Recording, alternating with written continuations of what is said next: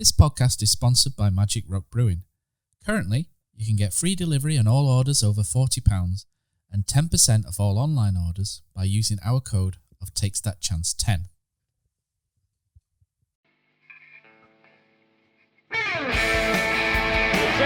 Jepson's there, Billy in, the goal, Chris Billy, Huddersfield Town. The most famous goal of Chris Billy's life. Is this the moment for Lee Fowler? It is. Take your place in Division 2, Huddersfield Town. Ruby and Steve Simonson's boots now.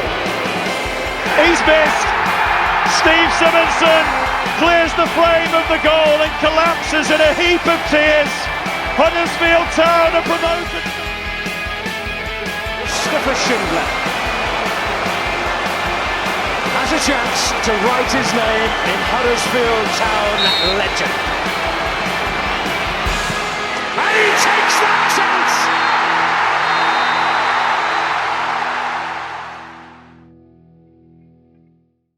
Now. Cool. So, hello everyone, welcome to another special episode of And He Takes That Chance. I'm joined today by the founder of the Proud Terriers, Ryan Mather. Ryan, how are you? I'm good, thank you. How are you? I'm not too bad, mate. Thanks for coming on. Just before we get into it, I just wanted to check, well, how are you and how's lockdown been going for you? Yeah, it's been pretty business as usual for me, really, because with my work, I'm still having to work. So lockdown's been strange in terms of not being able to play my football now, because obviously I did that twice a week, which I was really enjoying. I was really progressing with, and now we've had to stop. So that's a bit frustrating. But all in all, you just have to get on with it, and hopefully we'll be able to get back to some new normal very shortly. Yeah, here's hoping. I feel like I've been trapped in a little bit recently, but anyway, yeah, I'm sure it'll all be sorted. So, obviously we spoke before quite a way back, but I just wanted to, for those who didn't get a chance to read the article, if you could tell us a little bit about who Proud Terriers are and what the group does. Yeah, sure. So I founded the Proud Terriers a few years ago, and it's really gone from strength to strength. So basically, we're the LGBTQ plus fan group. It's really, our mission is to create a culture of inclusion within football, and really develop that more accepting atmosphere within our game. Because I feel like, football, there's a big taboo subject about this in football, and I set up this group to make a difference. I really did, and I really am passionate about it. So that's who we are in simple terms, really. We're just trying to keep raising awareness and educating people about this, and really trying to make a difference with our community and make people feel more welcome. Because, like I said previously about, I feel like if you're a gay football fan, and you haven't got anyone to go with as such, I feel like it'd be pretty daunting to just go on your own. So we have that avenue where we welcome people in, and we can go to games together. Obviously, with COVID going on, we can't do that right now, but I'm on about in the real world where we were able to do so. Yeah, and you mentioned education. You were just telling me a little bit off. You've been doing some work with the Town Foundation. So could you tell our listeners a little bit more? Yeah, so I really am developing this partnership with the Town Foundation, which is pretty surreal, really, because I really respect what they do. They do amazing work within our community, and to be able to create that link is a really dream come true for me. In the video that's going to be released very shortly, I share my coming out story and the journey I've been on with Proud Terriers, and just giving advice to younger people, really, about how I came to realise who I was, and how I came about coming out to people, and just trying to give the best advice really I could. And I think I really appreciate the foundation doing that, because I really hope that it'll help at least one person to come to terms with who they are. No, absolutely. I think it'd be great, and I look forward to seeing that video. I'm sure we should give it a share on our channels. So right now, obviously, we touched on this before, but how would you describe being a LGBTQ plus football fan at the moment? I know lockdown's a bit different, but how is it? I'd say it can be difficult at times. It can be quite well at the very start when I was coming to terms with who I was. It was pretty intimidating, the atmosphere that I went to, and it felt really daunting in that aspect. I mean, we hear stuff on the terraces that maybe I feel like it's just not acceptable to say stuff like that, and I feel like I'm sorry. It's okay. Sorry. Can you just repeat that question again, because I feel like I can develop more into that answer, and I just kind of had a mind block there. Sorry. No, don't worry. I appreciate it. It's not an easy question. How would you describe being a LGBTQ plus football fan at the moment? Yeah, I think to put it like this, I think it is really difficult at times, because you go to football matches and you just want to be able to enjoy the match, but when you're hearing stuff on the terraces, which is what I was doing quite frequently beforehand, and when I'm getting, for example, I'll give you an example of where I felt a bit intimidated in the John Smith Stadium, and I had my flag with me, obviously covered in rainbow, because that's what we stand for, and that's what that signifies who I am ultimately. And I was getting a few strange looks really from other fans, maybe kind of laughing a bit at me, kind of thing. And funnily enough, there was just a Huddersfield Town flag quite close by. Obviously, they was waving that about as well, and no one blinked an eyelid. So I think it's pretty difficult, but I've learned to deal with it in my own way. I've got the ability to switch off, I think, at times. Yes, okay, when I hear stuff, I can't switch off, but sometimes I'm just zoned in on the match, whereas other people may not have the ability to do so. So if we're talking about the overall LGBTQ plus community, I can't really answer for them, but at the very start, I found it quite difficult and very intimidating, and I didn't feel welcome at all. I'm really sorry to hear that, especially as a supporter like myself. And we've talked about it before, but obviously there was the Brighton game, which was, where it was found that Huddersfield Town supporters were allegedly chanting homophobic chants. You were actually at that game, I believe you, and I don't know, do you feel since that, because we talked about how uncomfortable that made you feel, and I don't want to kind of pick at something that's quite an emotional subject, but do you feel like the club investigated it, but do you feel things have improved since then? I think in terms of, are you talking about in terms of, around the John Smith Stadium, do you mean overall in football as a whole kind of thing? Because I feel like overall in football, no, I don't think it has changed, because prior to the first lockdown, should I say, I felt like we was hearing quite a lot of homophobic stories within football, but I feel like that's down to people feeling more able to report it. But it's a really, serious issue in football right now. I really do believe that. I think it's a big issue, and things need to improve. So in terms of that, I don't think it has improved that much at all. Maybe slightly, but I haven't really noticed it. Right. Okay. And I mean, in regards to Huddersfield Town specifically, because we'll kind of come on to the wider things like rainbow laces and football against homophobia. How do you feel the club supports its LGBT fans? Yeah, I think the club have been absolutely incredible since I started this journey with Proud Terriers.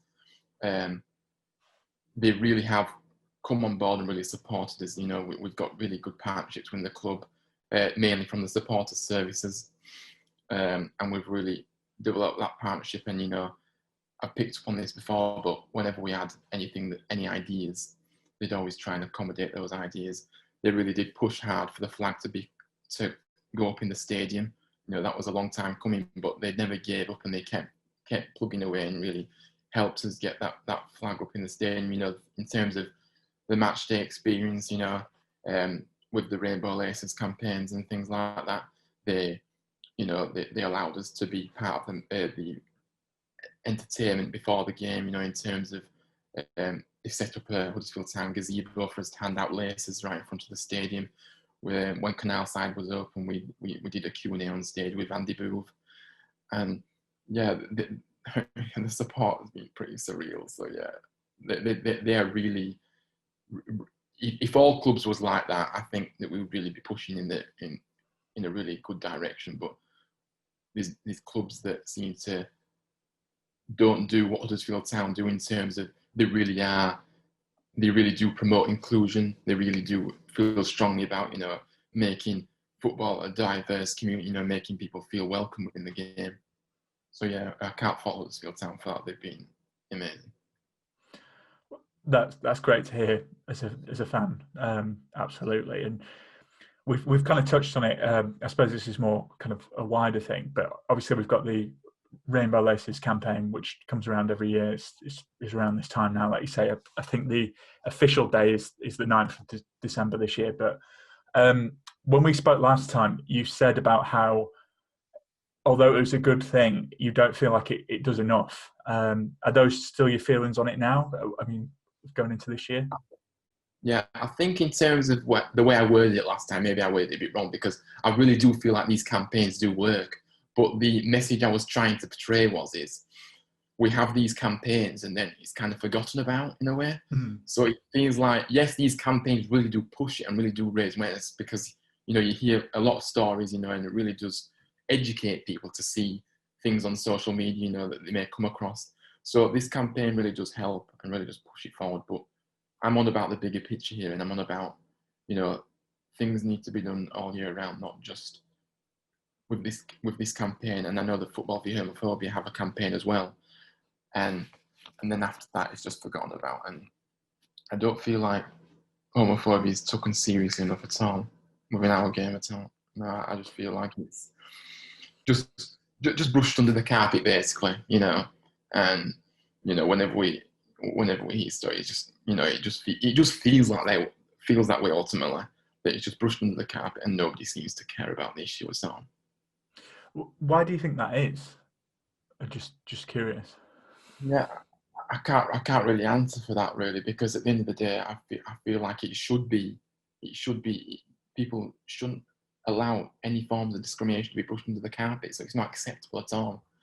And so I can't answer that question, because ultimately I believe that it should be in place, and I can't make up any explanation why that the authorities or whatever, whoever feels like they need to just brush it under the carpet and forget about it, because ultimately it doesn't affect the authorities. It affects people like me and people within the LGBTQ plus community that feel so intimidated and daunted by the atmosphere on the terraces, and feel like whenever we hear stuff that we deem unacceptable, it's just expected for us to accept it, when we shouldn't have to stand for that at all in this day and age. I mean, that's really upsetting to hear. And I suppose someone who's, I'm not in the LGBT community, but someone who supports it, what can I do? And obviously, what can other fans do when we're allowed back into stadiums? Because, from my perspective, Ryan, you're there to, regardless of what your sexuality is, regardless of your race, you're there to watch football and enjoy football, and ultimately to feel comfortable. So what can people do to, help make that environment more comfortable? I think in terms of the atmosphere on the terrace, I think people need to be more open-minded and be more aware of what's being said, really. Maybe think before they speak, because I believe that the fans are a big part of this, in terms of me and other fans that LGBTQ plus feel uncomfortable within the game, because ultimately that's where you watch football, and that's where your surroundings are when you watch football.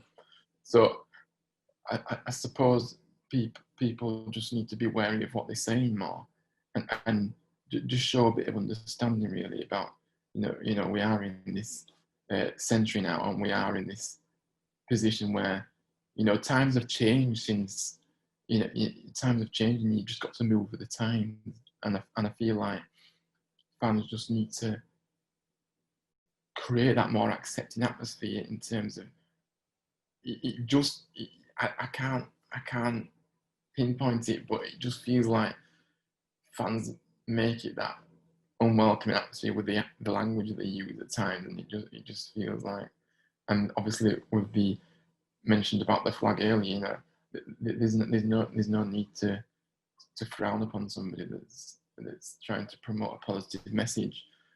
So ultimately, I can't change people's attitudes, but I hope that I can make people aware of what they're saying isn't acceptable, and that, you've got to make people feel welcome within our game.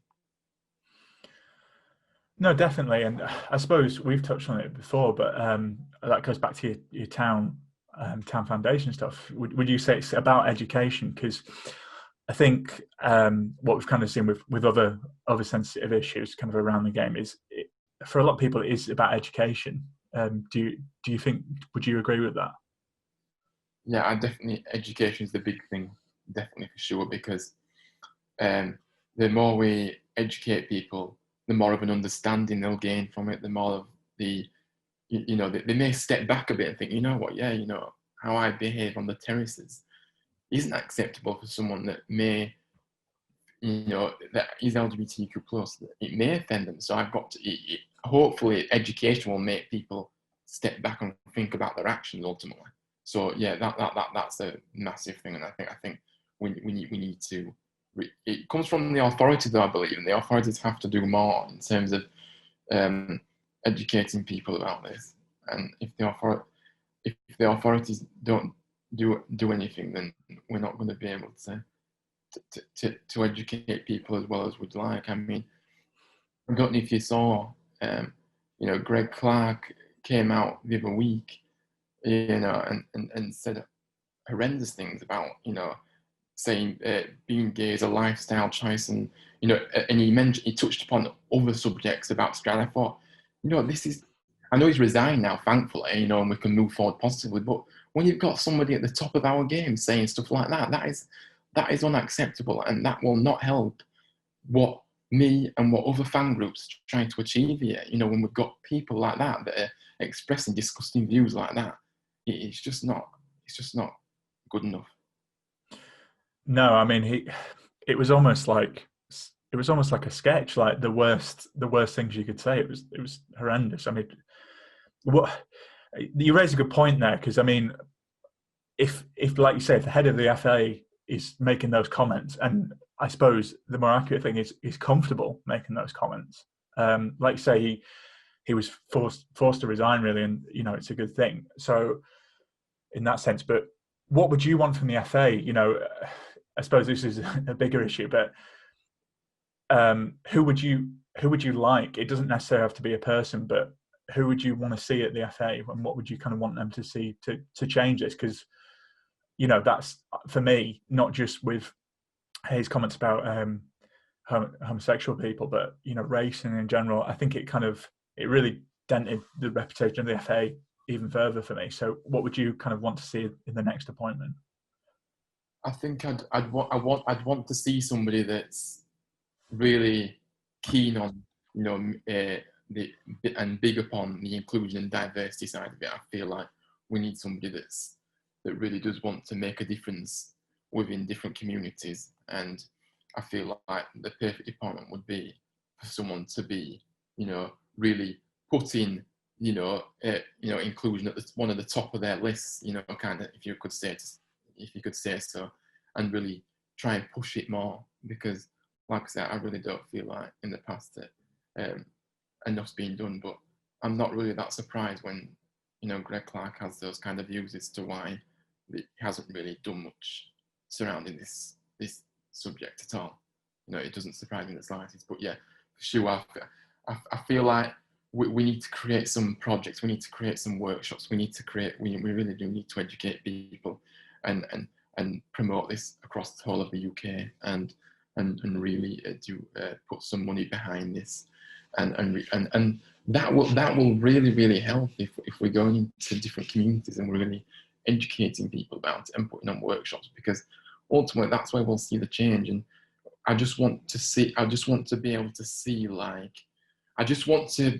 that the FA, what, the FA are actually doing something about it, and they are actually trying to strive towards something that is making everyone feel included within our game. So it would make me feel good inside, and I'm sure it would make, within our community, everyone else feel good inside, and people that support what we do, support as well, they'll feel happy for it as well. So it'll make it really positive. No, definitely. And I feel like I've been asking you tough questions, so I want to kind of talk a bit more positively at the moment. So obviously the club has its Rainbow Laces fixture every year. We were talking about it before we recorded, but this year it's the 5th of December against QPR, which is funny because that's the last time we spoke when it was a QPR game. So what's kind of planned for the game, and how are you guys going to get involved?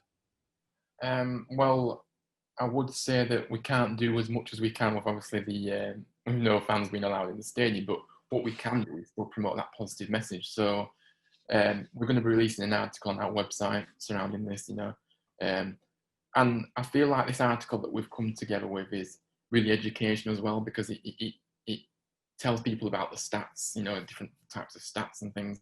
Obviously, people will be able to read that. So it feels like we've put this piece together, but it'll really strike a really positive message, and that's a virtual thing. But I think things online can still be as striking as things face to face. So I feel like that's a really positive thing to do. In terms of the Rainbow Laces, we have got a big batch of laces here now, so we have reached out to people and said, look, we're happy to post some out to you if you want to get behind this campaign. In terms of the club themselves, I know that Robin and Rachel and Andy have really tried to get the players on board with this. So we're gonna try and get some t-shirts to them, a few t-shirts, and maybe a few of the players will wear them during the walk. I'm laughing, but it just feels surreal. It'll really make me feel emotional. It really will, because, like I say, merchandise has been a big thing for me, and to have it out there now is just pretty surreal. But for a player to actually accept to wear one would just mean a lot to me, And obviously we've got the video with the Town Foundation that that I was talking about earlier. I'm really keen to see the final article there, so that'll be coming out. I think it will be just before the game on the 5th of December. So I think they'll time it pretty well, So that's what we're doing, really. I mean, as well as on our social media page, we are trying to, whenever we see articles that we really do feel struck by and inspired by, we will post them up and really emphasize the point that look, this article is really positive and really inspirational, and again that type of seeing stories really does educate people as well. I know I touched on earlier about the workshops and and educational programs and things like that, but seeing stuff online, seeing articles really does educate people in itself as well, because it makes people aware of the situation. It makes people aware of how people are feeling at the times, within our game. So, I mean, obviously, Rainbow Laces is across the whole sport. I'm just not about football specifically here, whenever we see articles. So, yeah, we're going to keep promoting that. We're going to try and promote as many stories as we see, and hopefully people will relate to that and really feel benefited by reading it, and really strike an understanding of what it may feel like to be an LGBTQ plus fan within our game, because I think the understanding of how we feel at times is sometimes not, people that aren't aware of it, basically. Don't know how, when in terms of the abuse that I don't understand how someone may not realise that it may be offending to somebody, but that's another story. About who am I to say that? But yeah. Well, you're the right person to say that, because you're founder of a LGBT supports group for our fans. But it's interesting that you mentioned about seeing stuff online. I mean, it's quite interesting. I'm going to bore you here, right? But We talked about women's football before, but I was watching an interview with Ian Wright, and he was interviewing the Arsenal women's striker Vivian Miedemar, and she's giving this interview like over Zoom, like we're doing, and I didn't even realise, but her girlfriend's her Arsenal teammate Lisa Evans, and she's like interrupting the Zoom call, and like you say, you know, it wasn't like making a big point of it or anything, but it's just like you say, it's just kind of interesting. Like, oh yeah, no, it's good to see stuff like this, and obviously, you know, in a small way, you know, I wasn't aware of that, but it's just good to see these kind of things. And we touched on it. Speaking of women's football, we touched on it before. Again, we've been doing stuff with the town women, but comparing the men's and women's game, there's a lot more women footballers who are openly gay, and it doesn't seem to be. Well, again, it's not, you know, talked about like it is so much in the men's game. Why do you think that is? I know we kind of touched on this last time, but I'd be interested to hear your thoughts. Yeah, I think I'm not really entirely sure, if I'm honest, but what I can say from the men's side of it, like I say, I can only speak about how it feels like in the men's game. But in terms of the women's game, I think I don't know. I don't know if it's a cultural thing in terms of, for example, if a woman's holding a woman's hand in the street, for example, I don't feel like it's looked upon as if it was two men, it would be a totally different experience. And I don't know why. I don't know if it's a cultural thing or whatever, but I feel like the women's game's more accepting of it, maybe, and the men's game's just kind of lagging behind in a sense. But that's a really difficult question, and that's something that I'm keen to develop more of an understanding into as well, because I believe that it'll be important to create links. What have the women's game done to make it feel more, you know, make people feel able to come out, and what can the men's do take from that to take inspiration from it ultimately? Because I have watched, you know, ultimately I've watched a few women's games, but I've not really gone much into detail about the research about how the women's game is in terms of homophobia within the sport. So I'm not really entirely sure if I can create a link between the two, because I don't know enough about the women's game. I appreciate it's a difficult question, so you know I wouldn't expect you to have the answer, because well, as I'm sure listeners will know, I always ask tough questions, which is fun. So just touching on footballers, I know it's a question you get asked a lot. And I've actually asked you before, but again, I'd be keen to hear your thoughts. Why do you think there's no openly gay footballers in the men's league at the moment? I think ultimately, I feel like there isn't any because A, they don't feel safe to do so. B, they fear the level of abuse may be too much. And C, obviously, if I'm feeling intimidated on the terraces, then fans will feel that as well. So they do want to be playing football and feel intimidated at the same time. So it's that big fear surrounding it. I think in terms of, you can look at this in different parts really now. I think in terms of, because obviously coming out and then there's the fans, but then there's also the dressing room, how will the dressing room react to that? Now we know that there's a lot of cultures within that dressing room nowadays within our game. And how would people respond to that?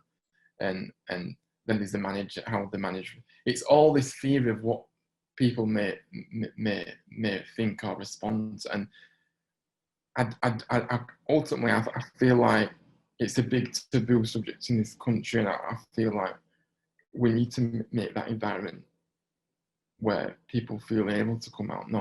And obviously, I think the media have a big part to play in this as well, because I mean, if you look at, I know we're going way back and obviously it's improved since then, but if you look at how they dealt with the Justine Fashanu situation, and I know I've read stuff about this, and they really did handle it the wrong way, and they really did, you know what the media can be like at times. They can really be toxic, and I feel like the media is a big thing about why maybe someone may not want to come out, because of the stories that may develop from that.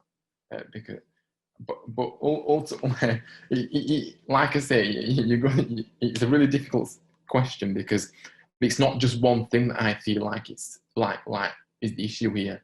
It's looking at the bigger picture and looking at how ultimately players don't want to come out and feel like they're scared every week in front of fans, kind of thing. And I think it's a big thing about feeling intimidated and feeling unwelcome.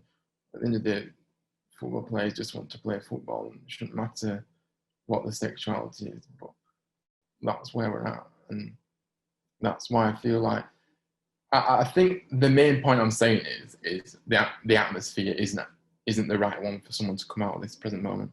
The fans are a big part to play in this, but I also feel like the media need to support the player better if they were to come out, and also I feel like the dressing room has a big part to play.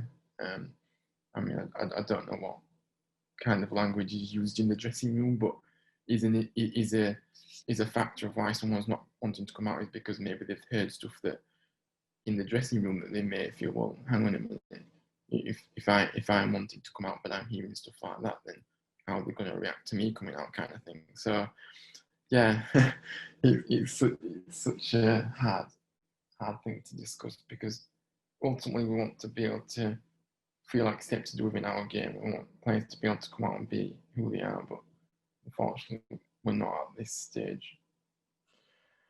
Yeah, unfortunately, I think I kind of agree with you. I mean, I'm just going to ask kind of a couple of follow-up questions about this, but do you think, you talk about the media there and you talk about fans and the atmosphere, do you think, again, this is probably my issue for asking you these questions, but do you think there's so much focus on why people haven't come out? And again, it's not meant in a necessarily mean way. It's just a genuine question. But do you think there's too much pressure?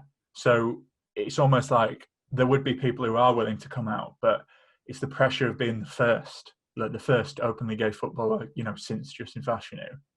Do you think that has something to do with it? Yeah, I think there's big pressure, isn't there? Let's be honest. That first person that comes out will feel that pressure ultimately. There's no question about it. And I feel like I appreciate the question as well about, there is too much focus on when's somebody going to come out. At the end of the day, we've got to think of it like this, and we've got to think of it, well, somebody may come out if the atmosphere is the right for them and they feel able to, not when, or not focusing on the when part, because ultimately you can focus on the when part all you like, but if I'm still feeling things on the terrace, the players will feel that, and until we get to a stage where we feel comfortable within our game, it's not gonna change, and that's.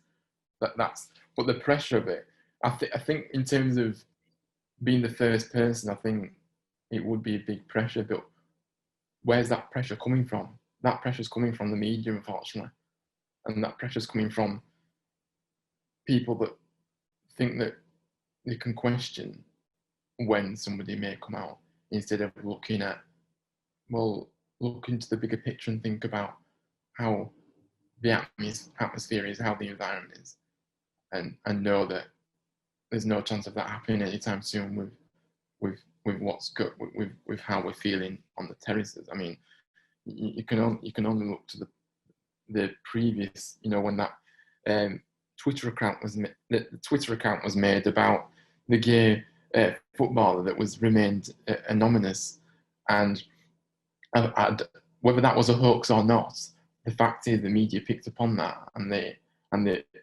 didn't help the situation at all.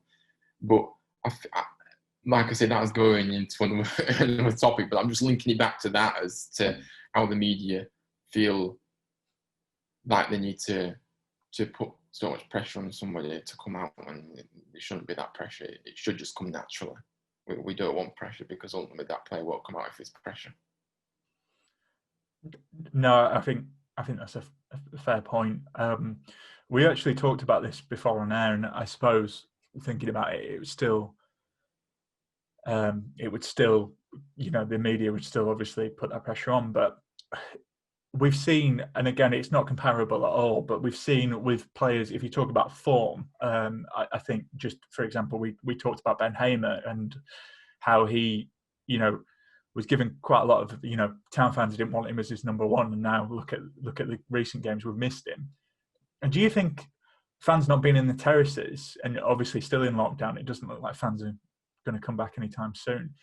Do you think that actually might be better for someone to come out now, because then they don't have the pressure of playing in front of fans? Obviously, you'll still get the media pressure, but would that make it a little bit easier potentially?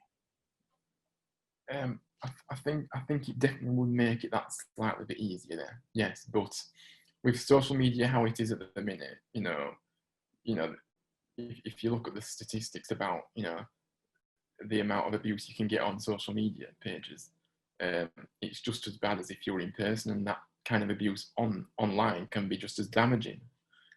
And in terms of the pressure, I think the pressure won't be there now, but when eventually we do go back into the stage, the pressure will be there then. So yes, it may be slightly easier now, but I think social media has become very toxic at times, and I feel like this is going off into what we talk about. I feel like communities like ours should be really looked after in that aspect. I know social media have got better with trying to clamp down on things like that, but I think I was speaking about this the other day to my friend, and how I wouldn't mind having to show my ID to create an account on these social media pages, because at least then if any hate towards another account that was deemed unacceptable, they could trace them down quite quickly and quite easily. So I wouldn't mind. I wouldn't have an issue with that. And I feel like the level of abuse on social media would be just as bad. Obviously, not having to play in front of fans, obviously it's gonna make the player feel better about the situation if they were to come out. But then we're talking about the environment still the same in an aspect of when they go back, when fans are allowed back in. But also, I think ultimately, a big fear for people that may want to come out is how the dressing room will react as well. So I think that pressure will still be there as well. No, I think that's a fair point, and I realise I've asked you a lot of difficult questions, but you're a football fan, Ryan, so I want to talk to you a little bit about football now. How do you feel the season's going?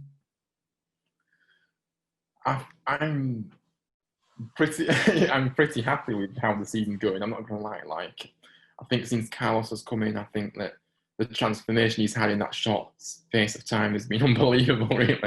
And I feel like we've got to believe in this manager, because he's a pretty special manager in my eyes. I think he's been assistant at Leeds, and he's stepped up to the plate of being a manager now, because he feels like he believes in himself, and he believes that he was ready for that challenge at that moment.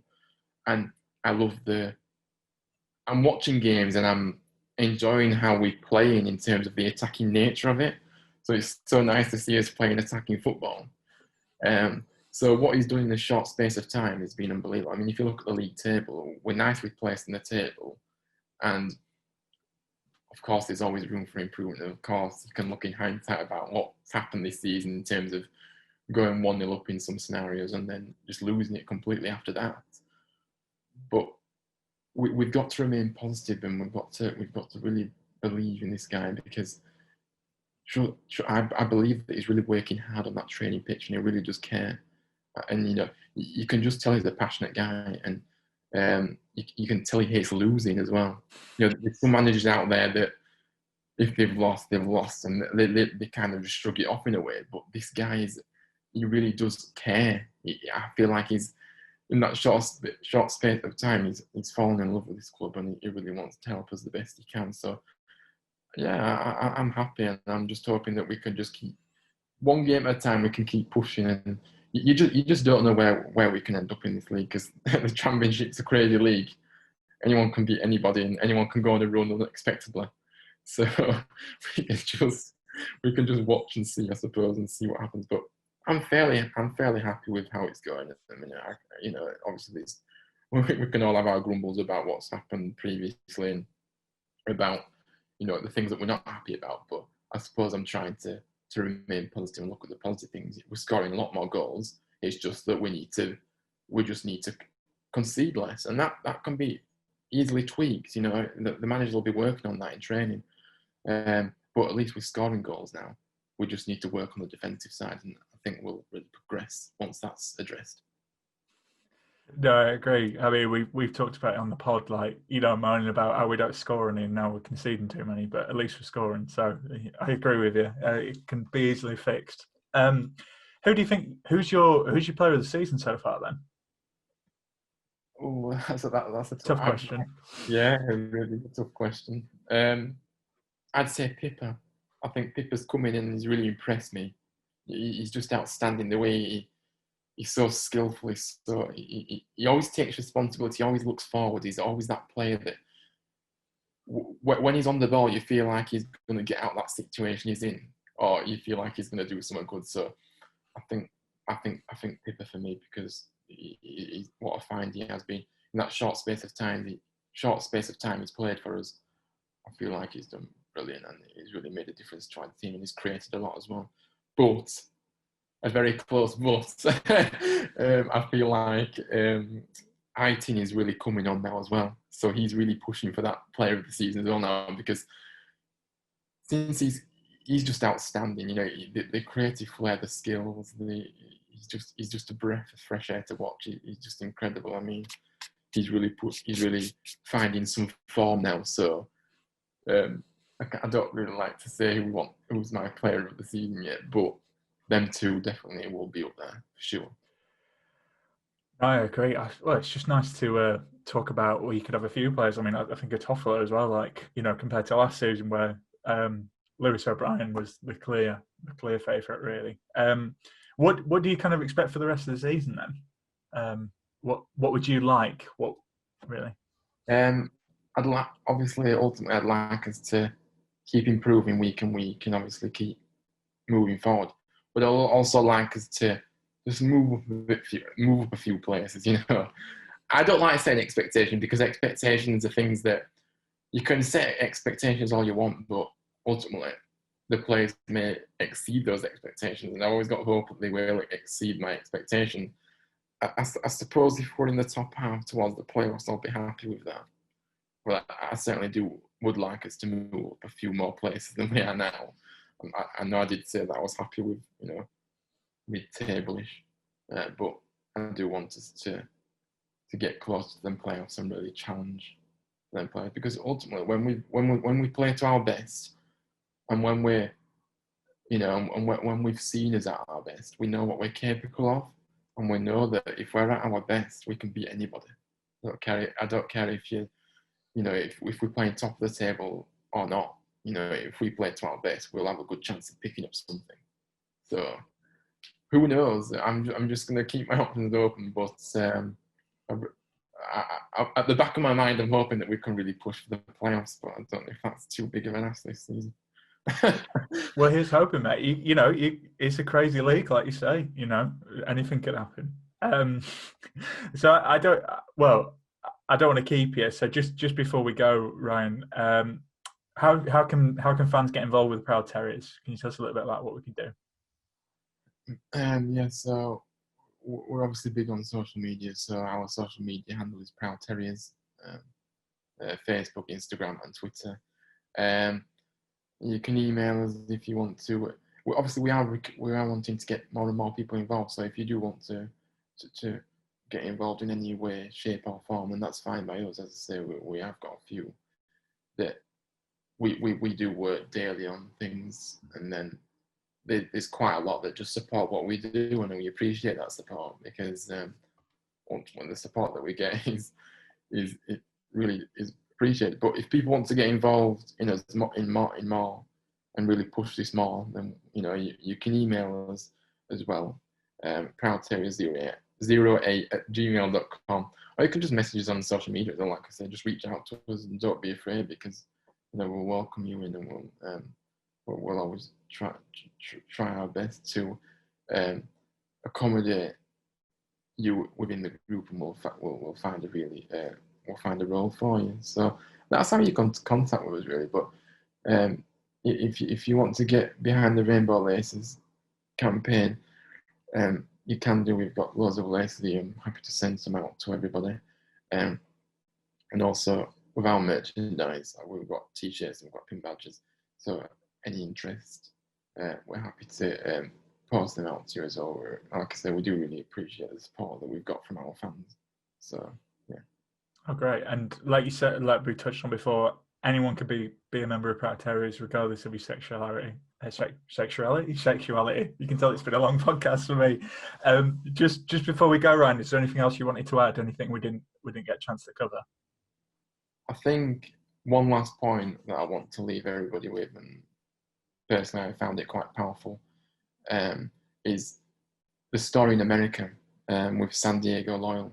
And I don't know if anyone's seen, I mean, it was well publicised for sure, so I'm pretty sure people maybe touched upon it or maybe seen it. But the way they handled that situation was absolutely superb.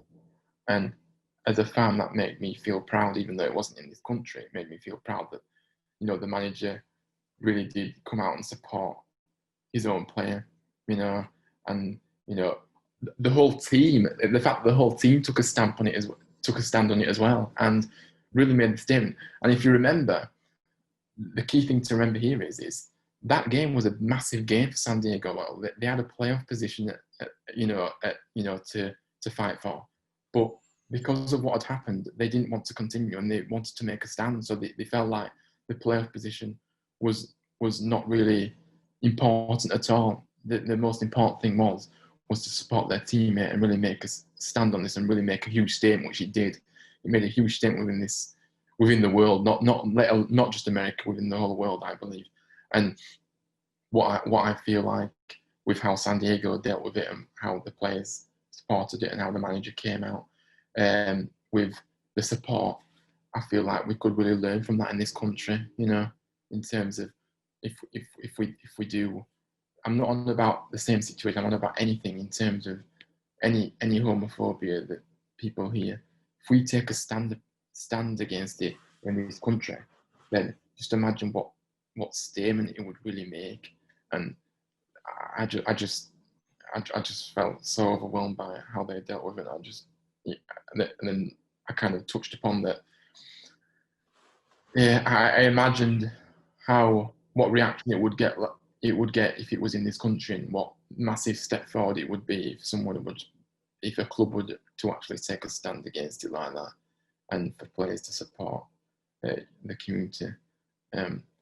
So yeah, I just wanted to finish on that note because, like I say, it was really powerful for me, and really inspired me, and really it kind of made me drive even further forward in terms of what I'm doing, because the more work I do and the more work other fan groups do, the more of a difference we'll make, and I want to keep making that difference to make people feel encouraged, and ultimately to make me feel it's not even just about me, it's about making other people in our community feel safe, and for us to be able to go to matches and not have to endure what we have to endure at times. I think in terms of what the FA could do going forward, I think if some players could maybe contribute towards a video, you know, in terms of a message surrounding stamping out homophobia in our game, because I feel like it's a big issue. Like I said, it is a big issue, whether people like it or not, whether people want to say that it isn't. If you are within the community that I'm from, trust me, it is an issue. And if people can't see it, then that's fair enough, but it is a real issue within our game.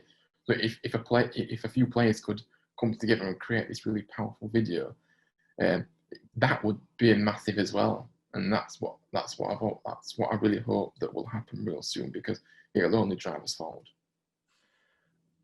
No, I think you're right. And just for anyone who didn't know about that America instance you mentioned, that was a game between San Diego Loyal and Phoenix Rising in the American USL Championship match. So basically what happened was San Diego Loyal midfielder Colin Martin, who's openly gay, had a derogatory slur, homophobic slur, directed towards him by Phoenix midfielder June Flemings. So what happened was the manager, Landon Donovan, spoke to the referee, and they decided, like you say, it was an important game. They would have, if they'd have won, I think they were winning at the time, they would have qualified for the playoffs, but they walked off the pitch. Manager Landon Donovan took them all off the pitch. And like you say, it does work. Direct action works. And, you know, I remember that at the time. It was, like you say, I know it's in America, but it was really inspiring. It's good to see that, you know, people do care, and direct action works. So well done for bringing that up, Ryan, because I did want to mention that, but got too excited talking about Cobra. No problem at all. I think it's a really important thing to promote, really, because, like I say, I feel like in this country we don't call it out enough. You know, if we hear stuff that we feel like it's not acceptable, we need to make sure that we're calling it out, whether that be reporting it via, you know, the Kick It Out app, or reporting it via the text number that a lot of clubs do have about, you know, if they hear something that's discriminatory, you know, there is that facility there. Or even if it's, well, I would say going to a steward, but like I said, I feel another point I want to touch upon, really. I know I said that I wanted to finish with that point, but I've got an important thing to say about the stewarding in this country, and I feel like absolutely the stewarding in this country is not good enough. And I don't know if it's just me, but in other countries, I feel like stewarding is a lot more stronger. It really, I just feel it. And that comes down to the overall training and the overall, you know, I feel like stewards need more training in this country, and it needs to be more, basically what I'm trying to say, I want to see the strength of stewarding really picked up upon, because it really isn't good enough. I know that with the COVID situation, it won't really make a difference this month, but I'm looking at the bigger picture here, and I'm looking at eventually when we can go back into stadiums, the stewarding needs to be stronger, and a lot stronger. And this will help when, for example, if we hear anything on the terrace, it will help in terms of that as well, because they will deal with it in the more effective manner, if you could say so. But yeah, I think in terms of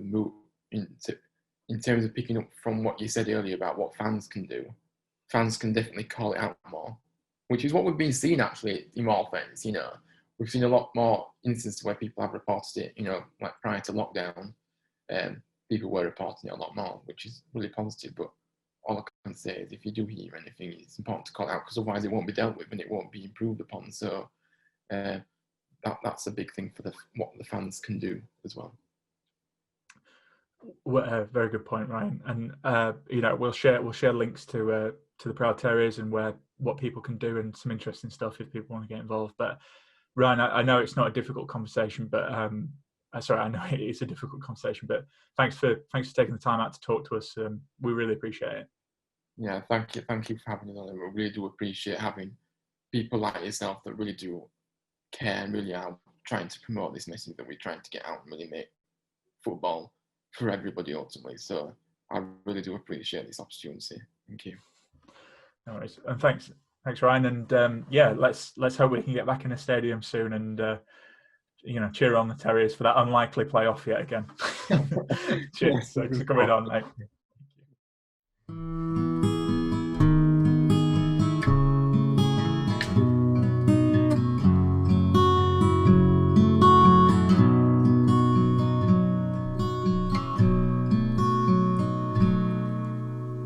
There's a team that is dear to its followers. The colours are bright blue and white. They're a team of renown, and they're the pride of the town. And the game of football is their delight. And all the while upon the field of play, thousands loudly cheer them on the way. Often you can hear them say, who can beat the town today? and then the bells will ring so merrily, and every goal shall be a memory. So town, play up and bring that cup back to Huddersfield. So town, play up and bring the cup back to Huddersfield.